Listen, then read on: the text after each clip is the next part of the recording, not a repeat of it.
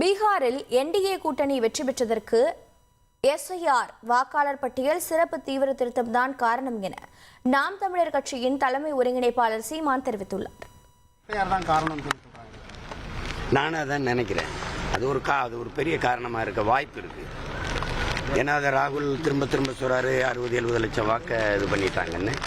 எனக்கு என்ன ஆச்சோன்னா, இப்போ பீகாரில் எங்கள் அப்பா அம்மாவுக்கு வாக்குரிமை இருந்தால் இங்கே எடுத்துக்கலாங்கிறீங்க. ஆனால் எனக்கு 13 கேள்விகளை கேட்குறீங்க. இந்த 13 இதை பூர்த்தி செஞ்சு கொடுக்கணுங்கிறீங்க.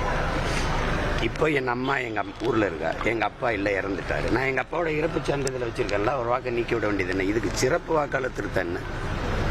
போலி வாக்காளர் இருக்கிறாங்கன்னு பேசுகிறீங்க. எப்போ கண்டுபிடிச்சிய? நேற்று தான் போலி வாக்காளர் வந்திருக்கானா?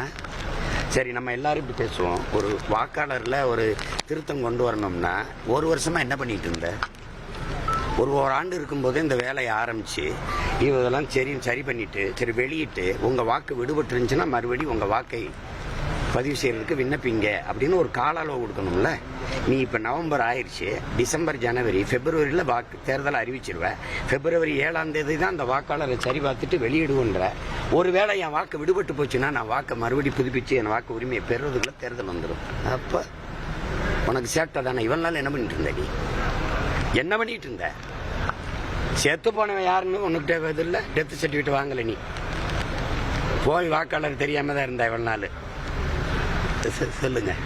4500 வாக்காளர்கள் கொளத்தூரில் இருக்கிறாங்கன்னு அம்மா நிர்மலா சீதாராமன் சொல்றாங்க. இப்போ 4500 போலி வாக்காளர் வாக்கு செலுத்தி தான் வென்றிருக்கேன். நீங்கள் அதனால நீங்கள் உங்கள் வெற்றி செல்லாதுன்னு சொல்ல தயாராக இருக்கீங்களா?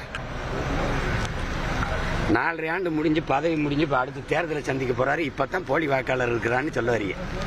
உங்களெல்லாம் என்ன பண்ணலாம்னு சொல்லுங்க. இல்லை, உங்களுக்கு பொழுது போகலைன்னா இந்த மாதிரி எங்களை வச்சு விளையாடுவீங்க. பெரிய அறிஞரே சொல்றாங்க, தமிழ்நாட்டு முதல்வரே சொல்றாரு, இந்த 13 இதையும் பூர்த்தி செய்யறதுக்கு படிச்சவங்களாலே முடியாது. நான் இப்போ எங்கள் ஆத்தால இப்போ என்ன பண்ணுவேன்? எங்கள் அம்மாட்ட போய் உங்கள் அப்பா அம்மா வாக்குச்சீட்டை கொண்டு வாங்கன்னா